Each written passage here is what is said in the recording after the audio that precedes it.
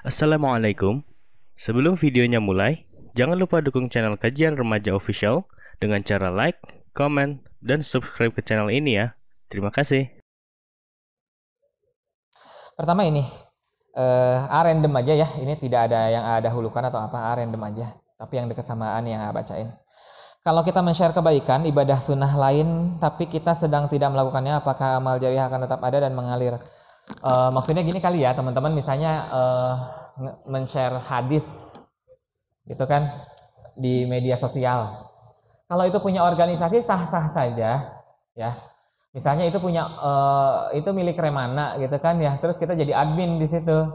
Sah-sah saja karena tidak ada nama personal di sana. Tapi kalau ada nama personal di sana sebaiknya tidak. Kayak gitu ya. Kalau kita mengatasnamakan pribadi, sebaiknya kita tidak memposting sesuatu yang tidak kita lakukan. Bahkan yang kita lakukan juga sebaiknya mah jangan sih ya, kecuali itu yang sifatnya umum.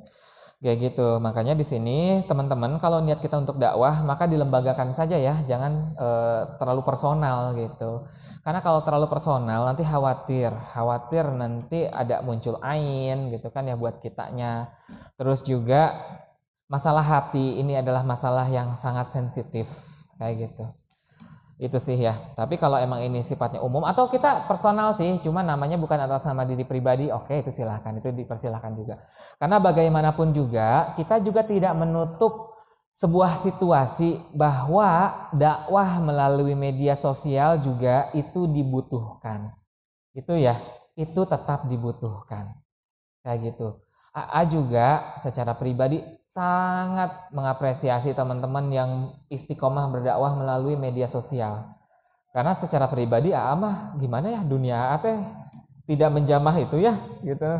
AA juga sudah bikin akun tapi kosong melulu gitu. Bisa jadi kalau kalian yang megang anak-anak muda karena kalian mah dunianya sudah seperti itu, sudah native digital ya, jadinya sudah lebih istiqomah dibandingkan generasi AA yang melakukannya. Tapi itu tadi kalau bisa tidak atas nama pribadi, gitu ya. Dan kalau atas nama organisasi mah mau men-share apa aja bebas-bebas aja kalaupun kita tidak melakukan itu. Tapi ini terlepas dari pertanyaan ini, mau ngasih tahu saat itu ada seorang imam besar, ya namanya Hasan Al Basri. Jadi beliau itu diminta untuk memberikan taujih atau memberikan tausiah tentang pentingnya bersedekah, pentingnya berinfak. Gitu kan ya. Jadi diminta nih khutbah Jumatnya tentang berinfak. Terus beliau menyanggupi karena emang itu request, gitu kan ya. Terus Jumat pertama ditunggu, kok temanya bukan tentang infak ya, kayak gitu. Oh mungkin nanti kali ya, mungkin beliau lupa. Jumat kedua ditunggu, masih bukan tentang infak juga gitu. Kenapa ya? Udah mulai bertanya-tanya tuh. Ya udahlah kita bersabar aja lah. Mungkin beliau ada sesuatu gitu kan ya, karena kan umat Islam harus saling husnudzon ya. Jumat ketiga masih enggak juga gitu, udah mulai husnudzonnya sudah mulai agak terkikis tuh. Jumat keempat baru beliau membahas tentang infak, tentang sedekah. Pas ditanya gitu kan ya Syekh, kenapa baru? Kenapa kami harus nunggu sampai 4 Jumat? Padahal kan kita udah minta dari dulu gitu kan ya. Padahal kan Syekh ini kan orang yang paling pinter gitu kan ya. Nggak susah dong ngasih sesuatu yang udah difahami gitu kan ya. Tapi kemudian beliau berkata, permasalahannya bukan di situ. Masalahnya saat kamu minta, saya belum bisa berinfak, kata beliau. Dan saya baru bisa berinfak ketika masuk ke minggu ketiga, akhir minggu ketiga, yaitu masuk di Jumat keempat. Ketika saya belum berinfak, saya merasa tidak pantas untuk memberikan tausiah tentang infak. Kayak gitu. Padahal kalau secara keilmuan mah kalau kata kita ya untuk ukuran orang semacam ini, Masya Allah, ya enggak? Kita mah nggak ada setai kukunya gitu. Kayak gitu teman-teman. Oke, tapi disitulah nilai barokahnya. Gitu ya, nilai barokahnya. Oke, itu tadi. Wallahu a'lam bishawab. Jadi hadisnya ke situ dalilnya. Kalau mau belajar agama harus ada guru, ya betul. Ilmu itu harus talaki, ya harus ada orang yang nyampeinnya. Kayak gitu, karena ilmu itu dia punya bahasa kitanya metodologi. Jadi sehebat apapun kita, kalau ilmunya itu cuma guru, ilmunya itu cuma Instagram, ilmunya itu cuma YouTube, ilmunya itu cuma Facebook, itu tidak dianggap menuntut ilmu. Kayak gitu. Jadi nilai kebarokahannya itu di situ minim. Itu kan ya. Terus juga itu tadi di sana, dan ini ya, kenapa dikatakan dia seperti berguru kepada setan gitu kan ya. Jadi emang ini terkesan kayak sadis banget gitu kan ya. Tapi memang bisa jadi bentuk kesesatannya ada di situ. Karena ketika kita mendengarkan hadis tapi tanpa pemaparan atau bayanat yang tepat gitu kan ya, tanpa ada talaki di situ, bisa jadi nanti di sana ininya apa ya, interpretasinya berbeda gitu teman-teman. Gitu ya, nanti khawatir teman-teman salah interpretasi, salah menerjemahkan, salah paham. Apalagi kalau video-video yang ditontonnya adalah video-video singkat. Gitu ya. Jadi khawatirnya nanti ada keterangan lain yang tidak kita dapatkan. Gitu ya, maka menuntut ilmu yang terbaik adalah talaki seperti ini. Wajah ketemu wajah. Gitu ya. Ini menurut ilmu yang paling baik. Walaupun kita mengenal ada ustadz lain yang luar biasa, tapi kalau hanya melalui YouTube, jangan puaskan diri kita hanya lewat situ. Kalau ngedenger aja, oh silahkan, sangat menganjurkan itu. Karena mereka juga sangat luar biasa ya. Tapi kita harus menyempurnakan menuntut ilmu kita dengan tatap muka langsung. Atau ada gurunya. Kalau sekarang kan lagi pandemi ya, gitu. Misalnya ada juga beberapa majelis taklim banyak tuh yang masih melalui Zoom atau melalui Google Meet gitu. Tapi alhamdulillah kalau di sini kita sudah bisa langsung tatap muka, alhamdulillah. Gitu ya. Nah, sekarang bagaimana cara mencari guru? Bagi teman-teman yang paling pertama minta dulu sama Allah ya. Minta dulu sama Allah agar kemudian Allah memberikan jalan kepada kita agar kita bisa mendapatkan orang yang tepat. Terus udah gitu gini teman-teman. Sebenarnya ya, selama dia masih berpegang teguh kepada Al-Quran dan As-Sunnah atau hadis, maka insya Allah itu baik. Tapi kemudian di sini juga itu yang pertama. Yang keduanya, kalau dalam forum itu tidak ada yang dia saling menyudutkan yang lain. Kayak gitu. Itu ya. Jadi ini yang paling pertama. Ya, adabnya. Karena seorang yang berilmu, dia akan memiliki adab menghargai ilmu. Pertama, dia menghargai ilmunya. Yang kedua, dia menghargai si pemberi ilmunya. Maka kalau ada dalam sebuah majelis ilmu, yang majelis ilmu itu mendiskreditkan pengajian lain, mendiskreditkan guru ngaji lain, saran AA jangan ikuti. Karena di situ barokah ilmunya sudah terputus. Gitu ya. Gitu. Jadi yang seperti ini jangan, gitu kan ya. Jadi itu adalah salah satu hal yang kemudian menjadi prinsip dalam akidah kita Ahlus Sunnah, gitu ya, Ahlus Sunnah wal Jamaah. Jadi yang paling pertama itu aja. Secara umum kalau kita melihat dia pemaparannya, yang dia sampaikan adalah ayat-ayat Al-Quran, terus hadis-hadisnya tepat, terus metodologinya juga sama, dia sering menyampaikan pembahasan berdasarkan kitab tertentu, terus juga ada yang disampaikan juga berdasarkan ulama-ulama tertentu, insya Allah berarti itu sudah sesuai kaidahnya. Terus yang keduanya bukan cuma itu, dia tidak mendiskreditkan pengajian lain, guru ngaji lain, atau organisasi-organisasi Islam yang lain, gitu ya. Kecuali kalau memang organisasi Islamnya itu sudah disepakati bahwa organisasi itu dalam tanda kutip sesat, terlarang, itu mah tidak apa-apa. Tapi kalau yang memang itu belum terbukti bahwa organisasi itu dilarang, maka hindari orang-orang yang kemudian berlebihan mendiskreditkan yang seperti itu. Karena di sini mulai banyak juga ya. Gitu kan. Kalau buat Asis secara pribadi ya itu ya. Justru senang ketika kalian ikut pengajian yang lain. Gitu. Kadang ada yang bilang jangan ikut pengajian ini karena ustadznya gini. Nah itu sudah salah satu yang mendiskreditkan, gitu ya. Kita Islam bukan untuk yang seperti itu, gitu. Kita Islam itu justru untuk berkasih sayang dan bersatu, gitu teman-teman ya. Terus yang berikutnya adalah ketika kita dicuekin, apakah kita balas cuek? Kita baca kaidah umum. Kita diperbolehkan untuk membalas perlakuan orang lain sesuai dengan apa yang dia lakukan. Kita diperbolehkan, tetapi kata Rasulullah, itu adalah langkahnya orang biasa. Sementara langkahnya orang beriman adalah memberikan yang terbaik dari apa yang tidak dia berikan. Kayak gitu. Jadi kalau dia nyuekin kita, ya kita membalas dengan bersenyum, ya tidak apa-apa. Tapi dia masih nyuekin kita, nggak apa-apa, itu mah urusan dia. Urusan kita adalah berpahala. Gitu ya.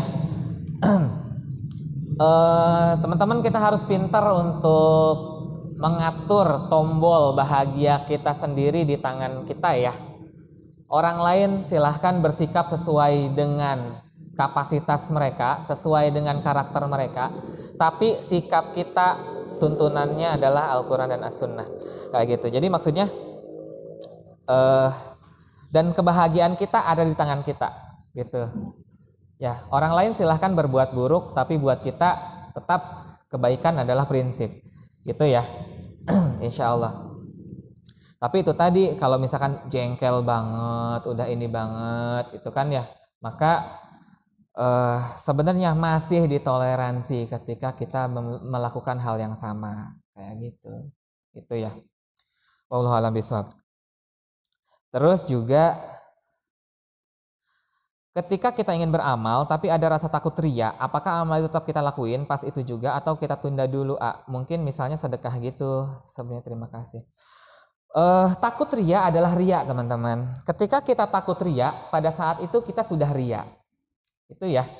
Jadi ketika kita justru takut riya, kita yakini bahwa itu adalah yuwaswisu fi sudurin nas. Dan itu akan selalu muncul. Maka ketika kita takut riya, lakukan itu.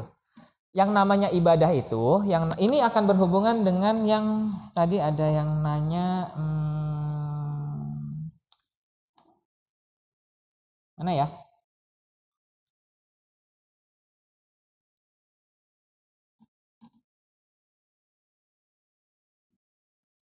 Oh, ini juga masih masuk ke bab yang ini ya, teman-teman, yang dia sudah memaafkan orang lain, tapi kalau ketemu orang dia masih sakit hati. Jawab prinsipnya dulu. Yang namanya ibadah, ikhlas itu akan dinilai di awal, sedang, dan setelahnya. Jadi sebelum, sedang, dan setelahnya. Jadi kesempurnaan ikhlas itu di situ letaknya. Jadi tidak dikatakan ikhlas kalau dia hanya terjadi sebelum kita melakukannya. Itu ya. Kita udah bawa duit gitu kan dari rumah ke masjid. Udah ikhlas tuh. Ayo, kita masukin masih ikhlas. Ketika sedang melakukan tuh ya, masih ikhlas. Tapi kemudian ketika sudah selesai dari situ, itu ada orang, siapa nih ya yang ngasih? Ini kok besar banget nih. Dia bukan cuma ngasih 100.000, soalnya dia masukinnya amplop yang ternyata isinya itu 10 lembar 100 ribuan. Siapa ya nih orang gitu kan ya. Terus kita ke teman kita ngomong kayak gini, itu tadi yang amplop itu gue tahu gitu. Kayak gitu teman-teman. Angus semuanya itu. Ketika awal kita ikhlas dan ketika sedang melakukannya ikhlas, tapi setelahnya kemudian kita nyebut itu, kebakarlah sudah. Tapi apakah itu selesai? Tidak. Pada saat itu pun Allah masih memberikan kita kesempatan untuk beristighfar. Gitu kan ya. Asal kita beneran niatnya untuk, jangan lagi deh kayak gitu. Astagfirullahaladzim, itu 500.000 1 juta udah kebakar dah semuanya gitu kan ya. Kita benar-benar istighfar gitu. Maka seperti itulah niat gitu kan ya, seperti itulah ikhlas. Kayak gitu. Jadi yang namanya ikhlas itu ibadah hati, dia tidak berhenti di situ. Ibadah hati itu tidak berhenti di situ, tapi seterusnya selama jasad masih dikandung badan, itu ya. Jadi maka kita masih bisa mengupgrade niat ikhlas kita. Dan sekarang kita hubungkan dengan yang ini. Jadi ketika kita ingin beribadah terus kemudian di situ kita takut riya, pada saat itulah kita sudah riya. Maka apa yang harus kita lakukan? Masukin uang kita, tetaplah berinfak saat itu juga. Sekarang kita masih riya, tapi kita masih bisa beristighfar. Ya enggak? Dan masih kepikiran juga, tidak apa-apa, istighfari saja terus. Insya Allah otak kita mah terbatas kok teman-teman. 3 hari juga kita bakal lupa, seminggu juga kita bakal lupa, sebulan juga kita bakal lupa. Coba tanya, Emang kalian masih ingat sebulan lalu kalian ngelakuin apa di masjid ini? Lupa kan ya? Gitu. Maka insya Allah jangan terperdaya dengan tipu daya setan. Itu kan ya. Ikhlas itu bisa di-upgrade. Itu ya. Jadi itu tadi, kalau takut riya, udah lakuin itu, gitu kan ya. Saya ada di tempat ini, saya malu kalau masang alarm pengen sholat tahajud, takut ngeganggu, takut ini, takut itu. Gak usah takut, udah pasang alarm kalau emang kebiasaan kita adalah tahajud. Saya takut disebut sok soleh, itu udah riya. Gitu ya. Gitu tadi, udah lakuin aja, gak usah takut karena ini itu, gitu sih. Wallahu a'lam bishawab. Terus yang berikutnya menjawab yang ini, ketika kita sudah memaafkan, tugas kita hanya memaafkan teman-teman. Tugas kita hanya memaafkan, tapi kita juga punya hati yang lemah. Yang kadang memang kita hanya bisa memaafkan, tapi hati kita belum bisa melupakan.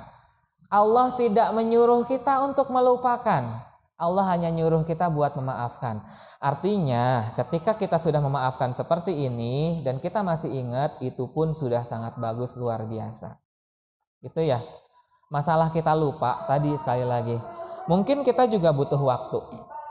Itu ya. Tidak apa-apa. Itu kan. Masih dosa enggak kalau saya masih sakit hati dengan perilaku dia? Masalahnya bukan dosa enggak dosa, tapi masalahnya adalah kalau kita masih nyimpen sakit hati, kita yang akan terluka, gitu ya. Iya enggak? Sakit hati itu enggak nyaman loh, ya. Bisa bikin tangan keringetan, perilaku grogi, gitu kan, yang mudah putus asa, cemas dan lain sebagainya. Dia berbuat salah sama kita belum tentu juga dia ingat untuk minta maaf sama kita, ya kan? Lantas kemudian kenapa kita buang-buang waktu untuk sakit hati? Itu tadi. Tapi itu tadi, seringkali kita pun juga punya hati. Ya tidak apa-apa, tapi ya sekali lagi Allah hanya nyuruh kita memaafkan, bukan menyuruh kita untuk melupakan. Jadi kalau kita masih ingat sama kesalahan dia, itu normal. Itu ya. Tapi memaafkan itu mutlak. Itu kan. Seperti halnya Rasulullah ketika ketemu dengan Hindun.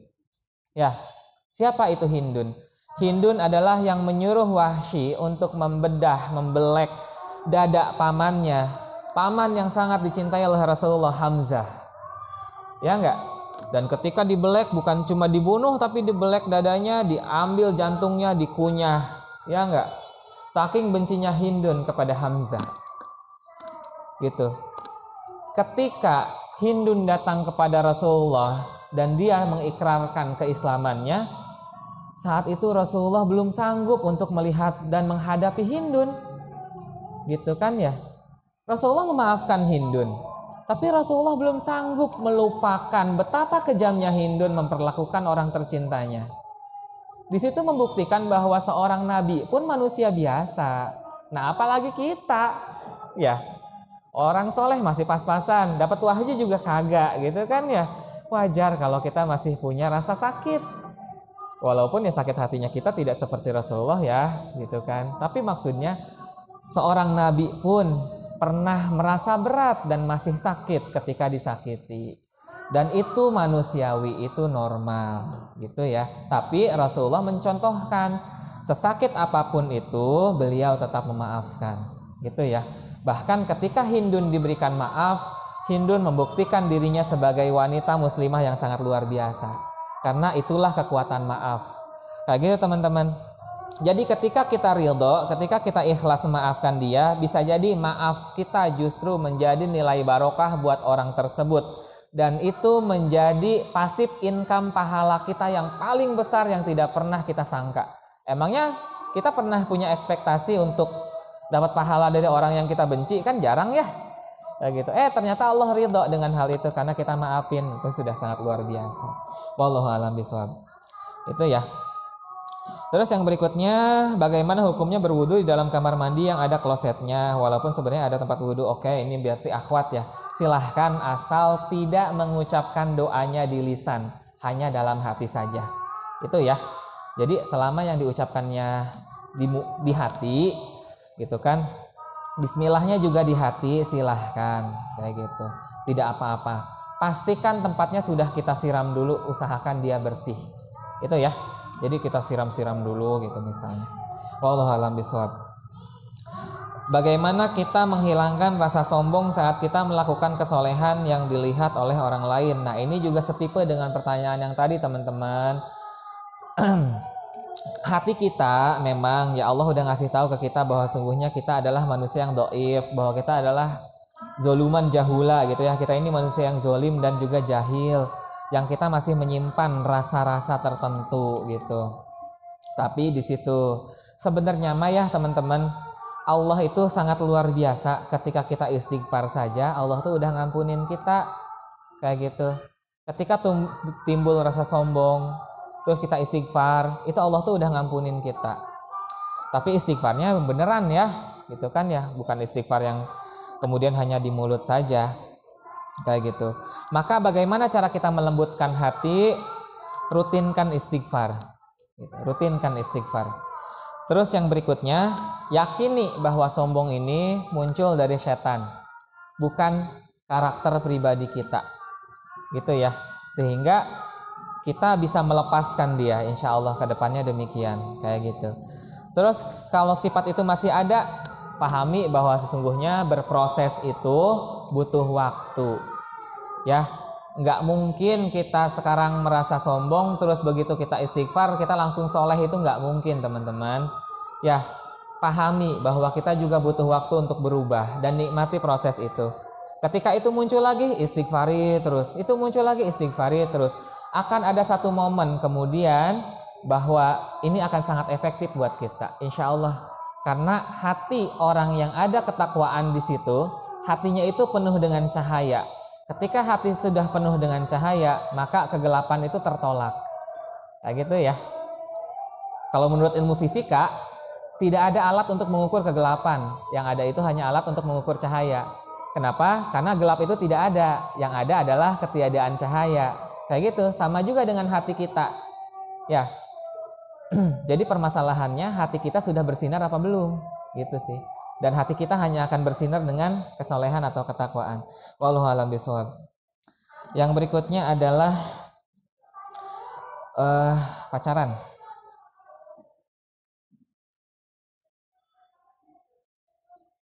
Ini jawab ya teman-teman. Sangat luar biasa buat teman-teman yang masih dalam usia muda dan mau menjaga. Gini teman-teman, mau ngasih tahu ini hadis yang sangat luar biasa ya. Walaupun pacaran kita direstui oleh orang tua, ketika kita menyentuh orang lain yang dia tidak halal buat kita dan kita menyentuh dengan sengaja, kita sedang mempersiapkan sebuah batu di neraka buat orang tua kita, bukan buat kita, buat orang tua kita.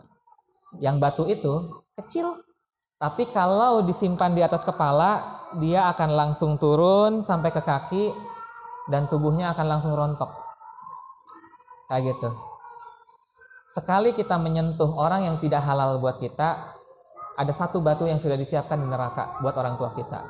Kalau 2 kali berarti ada 2. Kalau 3 kali berarti ada 3. Kalau ratusan kali berarti ada ratusan batu yang sudah disiapkan untuk menyiksa orang tua kita.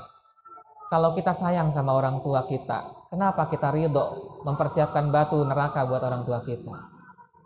Kayak gitu. Itu yang namanya pacaran teman-teman. Itu ya.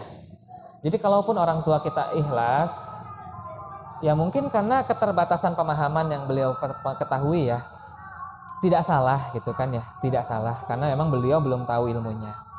Nah, gitu. Tapi sekarang kita sudah tahu ilmunya, bahwa ternyata bahayanya seperti itu, kayak gitu, gitu kan ya. Maka itu tadi. Alhamdulillah teman-teman sudah ada di sini, sangat luar biasa. Anak-anak muda di luar sana mungkin sedang asik, apalagi Sabtu sore ya, lagi siap-siap buat malam mingguan. Teman-teman malah ada di sini, keren banget, kayak gitu. Dikasih tahu di sini, ternyata pacaran malah bikin bencana, gitu kan ya. Baru aja mau modus nih malam ini ya nggak jadilah, gitu misalnya. Tapi insya Allah itu udah sangat luar biasa buat teman-teman.